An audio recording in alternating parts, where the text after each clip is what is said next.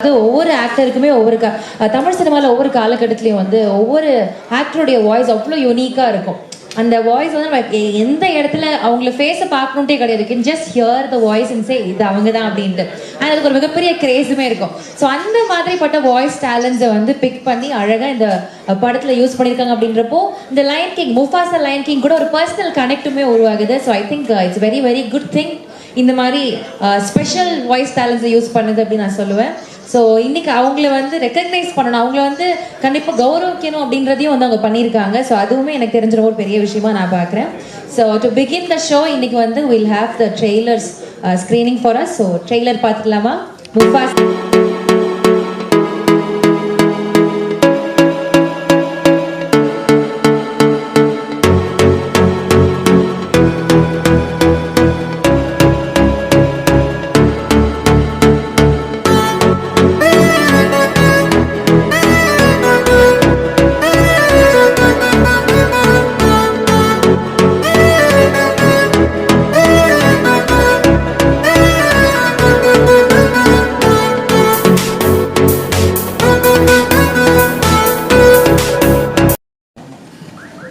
இல்லை, first lion கிங்கோட பெரிய ஃபேன். நம்ம எல்லோரும் வளரும்போது பார்த்த படம் வந்து அர்ஜுன் சொன்ன மாதிரி அவங்க அக்கா குழந்தைங்களுக்காக பண்ண மாதிரி நான் எனக்குள்ளே இருக்கிற என்னோட குழந்தைங்க நான் பண்ணது. ஒரு எல்லாருக்குள்ளேயும் ஒரு இன்சைடில் ஒரு சைல்டு இருக்கும். ஸோ அந்த ஒரு சாட்டிஸ்ஃபேக்ஷன் மட்டுமே பண்ணது. இதனால் இது கிடைக்கும், அதனால் அது கிடைக்கும் அப்படிலாம் இல்லாமல் வெறும் இது கேட்டோன்னே ரொம்ப எக்ஸைட் ஆகிட்டேன். இந்த மாதிரி ஒரு நம்மளுக்கு சைல்டுஹுட்டில் ஒரு ஃபேவரட்டான ஒரு படத்தில் ஒரு வாய்ஸ் கொடுக்க முடியுமா அப்படிங்கிறது. எனக்கு லயன் கிங்லேயும் எந்த அளவுக்கு சிம்பா முஃபாசா பிடிச்சோ அந்த அளவுக்கு ஸ்காரும் பிடிச்சிது. அதில் ஜெரமி ஐயன்ஸ் சூப்பராக பண்ணியிருப்பாரு. ஸோ அட்லீஸ்ட் அனிமேஷன் ஒரு வில்லனாக பண்ணலாமே அப்படின்னு. But I really enjoyed the process. First day கொஞ்சம் கஷ்டப்பட்டேன்.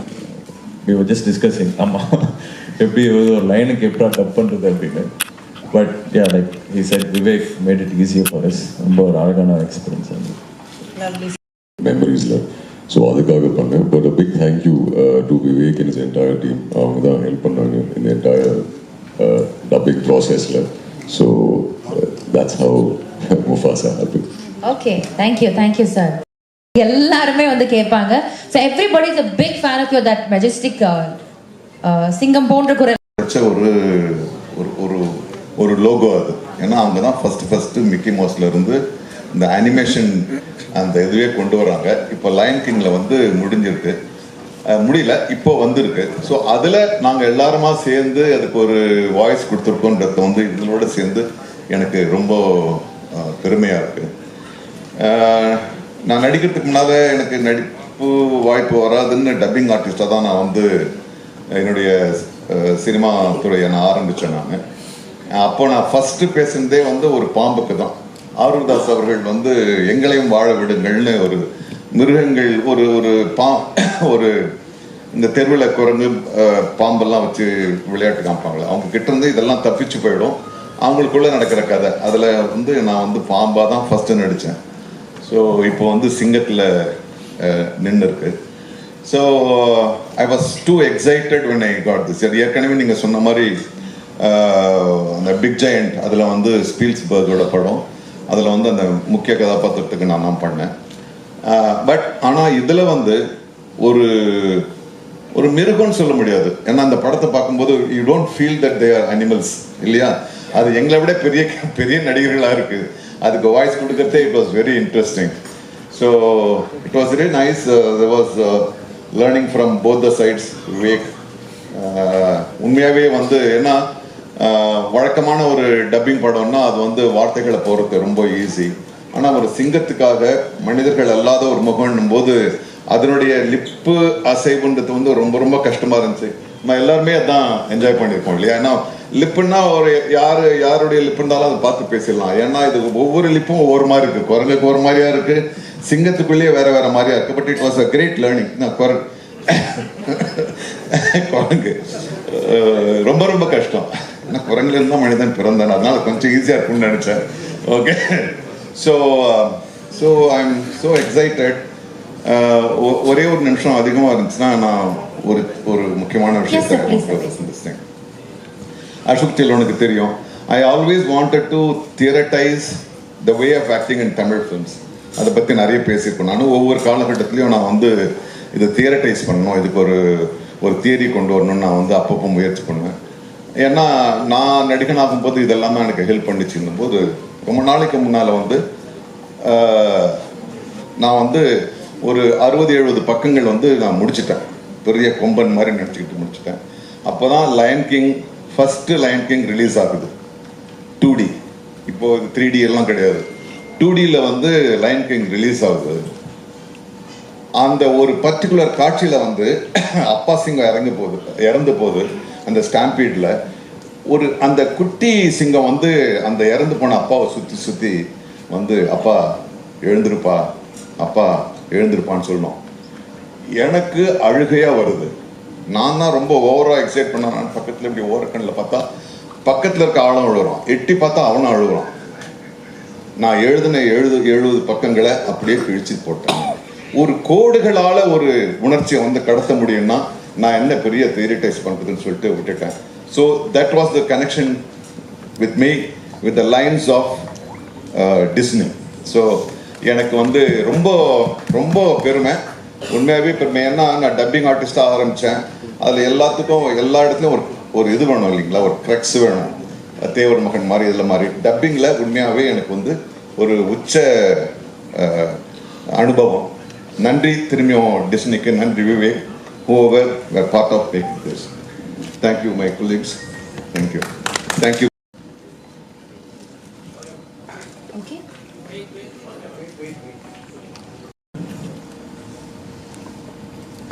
நம்ம நடிக்க வந்ததே பெரிய ஆக்சிடெண்ட் தான். எங்கள் தலைவர் முன்னாடி நிற்கிறதும்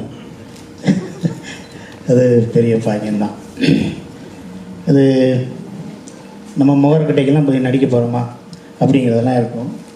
ஆனால் அதை தாண்டி ஃபஸ்ட்டு லயன் கிங்க்கு 2019 பேச கூப்பிடும்போது, பிரதாப்பாக இருக்கட்டும் டிஸ்னிலேருந்து கூப்பிடும்போது அதை நான் வந்து பெருசாக நினைக்கல.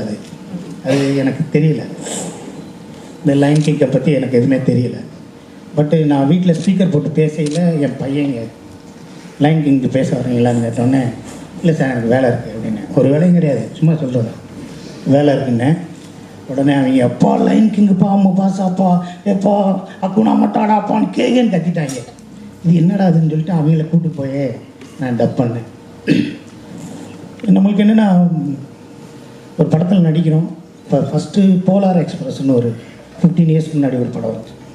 அந்த போலார் எக்ஸ்பிரஸில் வந்து பெரிய பெரிய ஹாலிவுட் ஹீரோஸ் எல்லாம் அங்கே இருக்க அனிமேஷன் அந்த இருக்க கேரக்டருக்கு பேசிக்குவாங்க. ஸோ நம்ம ஆக்ட் பண்ணுறோம், நம்ம குரலில் போய் எங்கேயாவது ஒரு பெரிய படத்தில் இந்த டப்பிங் மட்டும் பேசுங்க அப்படின்னு சொல்லிடுவாங்களா. இப்போ டிஸ்னியோட அவெஞ்சர்ஸ்லாம் இருக்குது, அதில் எத்தனோ ஹீரோஸ் இருக்காங்க. ஆனால் அந்த ஹீரோஸ்க்கெலாம் நான் பேசினேன், அவன் அது எடுத்து வந்துக்கிட்டு இருக்கையில இப்படி கையை காட்டி நிற்பாங்க. நம்மளாம் பேசினா சிரிச்சிருவாங்க, அதனால் அதுக்கெல்லாம் பேச முடியாது. ஆனால் நம்மளுக்கு எது பேசினா நல்லா இருக்குன்னு நினைக்கும்போது எனக்கு இந்த டீம் ஒன்று வந்துச்சு. ஸோ இந்த டீம் ஒன்றுக்கு நம்ம பேசினா நல்லாயிருக்கும் அப்படின்னு நான் பேசினேன். அது 2019 அக்செப்ட் பண்ண மாதிரி ஆயிடுச்சு. எனக்கு என்னமோ ஒரு 15-20 ஹிட்டு படத்தில் நடித்த மாதிரி இது பெரிய பெருமையாக இருக்குது. அதுலேருந்து அவங்க டிஸ்னிலேருந்து லண்டன்லேருந்து வர்ற கிஃப்டாக இருக்கட்டும், எதாக இருக்கட்டும், எங்கள் வீட்டில் அதை யூஸ் பண்ணாமே வச்சுருக்காங்க. ஏன்னா இட்ஸ் ஃப்ரம் டிஸ்னி.